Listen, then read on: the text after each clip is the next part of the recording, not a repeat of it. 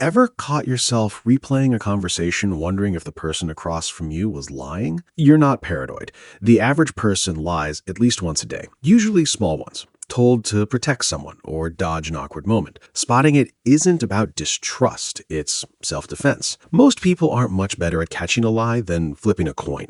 Not because lies are impossible to catch, because nobody ever taught you what to look for. Investigators trained in FBI interview rooms have a specific toolkit for reading deception in real time, and one piece of it works in exactly 5 seconds. You'll get that one, but it only makes sense once you have the rest of the kit. Start with how you even ask the question. Broad, easy questions barely work. Something like, did everything go okay with the handoff, leaves too much room to dodge. Investigators built questions around a small negative assumption instead.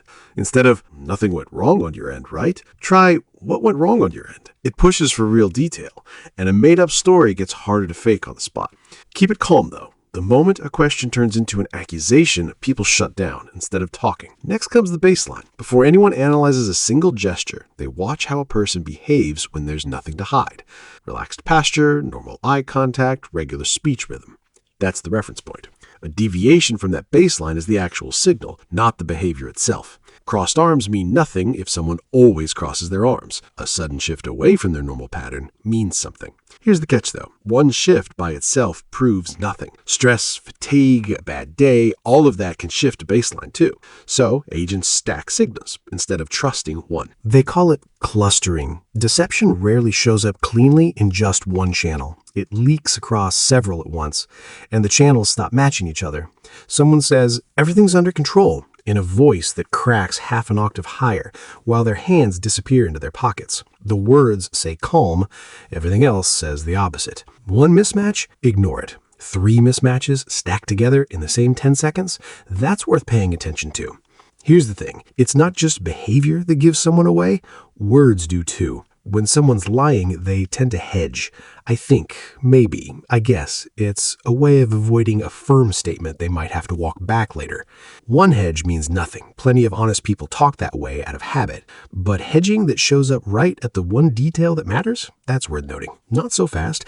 There's a quieter signal too, when someone changes the subject on their own. Right after an uncomfortable question lands, some people steer the conversation somewhere safer instead of answering it. It's a way of avoiding revealing more than they meant to. A normal conversation drifts all the time, though, so one tangent proves nothing. It only counts if it happens right at the moment that mattered. Bring the original question back up a minute later, almost like you forgot you asked. If they dodge it again, that's the pattern showing itself. Turns out timing matters just as much as the signals themselves. Truthful reactions tend to be instant, almost reflexive. Lies often carry a half-second lag before the matching emotion shows up, because the brain is busy building the response instead of just having it. Ask someone bad news straight to their face. An honest reaction lands immediately, a fabricated one arrives a beat late.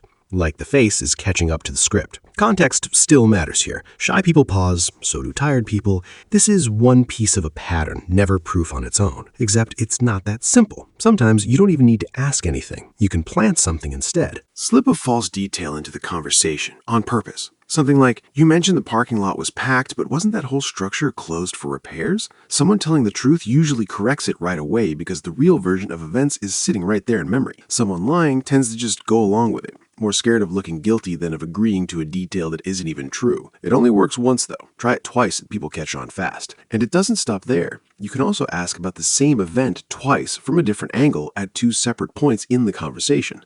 Drop it in early, almost in passing. Did you end up calling the landlord? Then circle back later. What did the landlord say when you called? If the story holds steady, that's normal. A shift in detail between the 2 answers, even a small one, is the tell. Just leave space between the 2 questions. Ask them back to back and anyone notices the test. And here's where it stops being passive observation entirely. Agents don't just watch. Sometimes they intervene. And the simplest move is asking someone to tell the story backwards. A real memory holds up in any order because it's built from an actual experience with sensory detail attached. A fabricated story usually only exists forward, rehearsed in sequence like a script. Force it into reverse and it starts falling apart. Hesitations, contradictions, sudden silence. It's brutally effective with detailed claims. Less useful for a simple yes or no. That's the toolkit so far. Here's the last one, the one that takes 5 seconds. Ask a direct question, the kind that catches someone slightly off guard. Then don't speak. Just watch the next 5 seconds before they've had time to consciously manage their face. Genuine emotion flashes through almost instantly, then gets replaced by whatever expression the person decides to perform. That 5-second window between the flash and the mask is where the real answer lives.